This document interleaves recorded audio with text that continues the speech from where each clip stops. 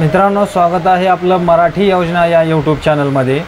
मित्रांनो, पुण्यश्लोक अहिल्यादेवी होळकर किंवा राजे यशवंतराव होळकर महामेश योजना असेल, या योजनेअंतर्गत आपण जर बघितला तर मेंढीगट वाटप योजना असेल, जागा खरेदीसाठी अनुदान योजना असेल,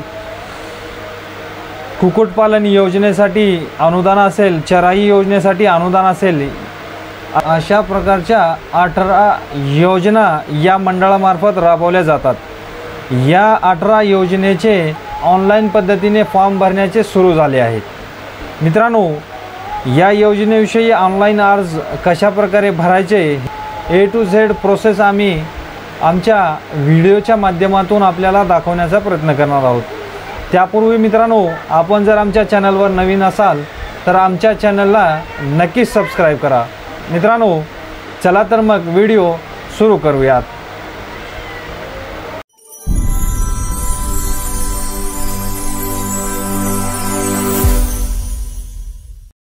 मित्रांनो, सर्वप्रथम आपण महामेश या पोर्टलवर आल्यानंतर या ठिकाणी आपल्याला अर्जदार नोंदणी करा याच्यावर टिक करायचं आहे। या ठिकाणी टिक केल्यानंतर या जी महत्त्वाच्या सूचना आपल्याला दिलेल्या आहेत, ह्या सूचना आपण काळजीपूर्वक वाचून घ्यायच्या आहेत।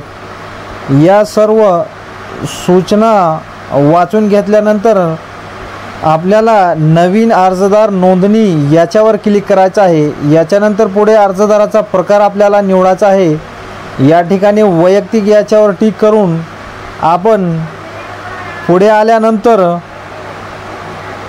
आपल्याला अशा प्रकारच्या सूचना दिसणार आहेत। या ठिकाणी आपल्याला या सर्व सूचना काळजीपूर्वक वाचून घ्यायच्या आहेत।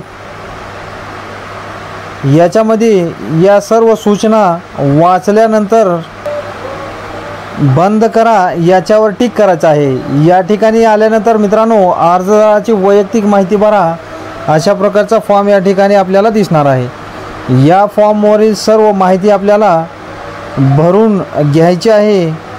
या ठिकाणी पहिले नाव, वडिलांचे नाव, आडनाव, आधार क्रमांक 2 वेळा या ठिकाणी आपल्याला टाकायचा आहे।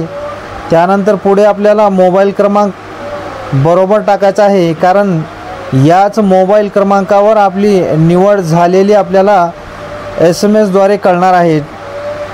त्याच्यानंतर पुढे आपल्याला आपला तालुका जिल्हा निवडून गाव निवडायचे आहे। त्यानंतर पुढे आपल्याला जात प्रमाणपत्र आहे का ह्या सर्व माहिती भरून घ्यायची आहे। या ठिकाणी राशन कार्ड क्रमांक, आपल्या बँकेचे डिटेल, IFSC कोड हे सर्व आपल्याला या ठिकाणी टाकायचे आहे। त्यानंतर आपल्याला अर्जदाराची कौटुंबिक माहिती, याच्यामध्ये अर्जदाराचे एकूण कुटुंब संख्येतून स्वतःचे नाव वगळून या ठिकाणी असलेले जे युनिट आहेत ते आपल्याला या ठिकाणी खाली घेऊन त्यांचे आधार नंबर व आधार कार्डनुसार नाव हे व्यवस्थितरित्या टाकून आपल्याला नेक्स्ट करायचे आहे। यानंतर पुढे आल्यानंतर अशा प्रकारे आपण भरलेली सर्व माहिती ही आपल्याला खाली दाखवणार आहे। ही माहिती सर्व अचूक असल्याची आपण खात्री करून घ्यायची आहे। ही सर्व माहिती भरलेली अचूक असल्याची खात्री झाल्यानंतर आपल्याला सबमिट करा याच्यावर टिक करायचं आहे। सबमिट केल्यानंतर मित्रांनो, आपल्याला आपण टाकलेल्या मोबाईल क्रमांकावर आपल्याला ID पासवर्ड मिळणार आहे। तोच ID व पासवर्ड या ठिकाणी टाकून आपल्याला लॉग इन करून घ्यायचा आहे। लॉग इन करतेवेळी मित्रांनो, आपल्याला ह्या सूचना लक्षपूर्वक वाचून घेऊन पुढे आपल्याला बंद करा याच्यावर टिक करायचे आहे। त्यानंतर पुढे याच्यामधून आपल्याला ज्या योजनेचा लाभ आपल्याला घ्यावायचा आहे तो आपण या ठिकाणाहून निवडून घ्यायचे आहेत। याच्यामध्ये योजना निवडल्यानंतर आपल्याला नेक्स्ट करून या ठिकाणी आपल्याला माहिती भरायची आहे की आपल्याकडे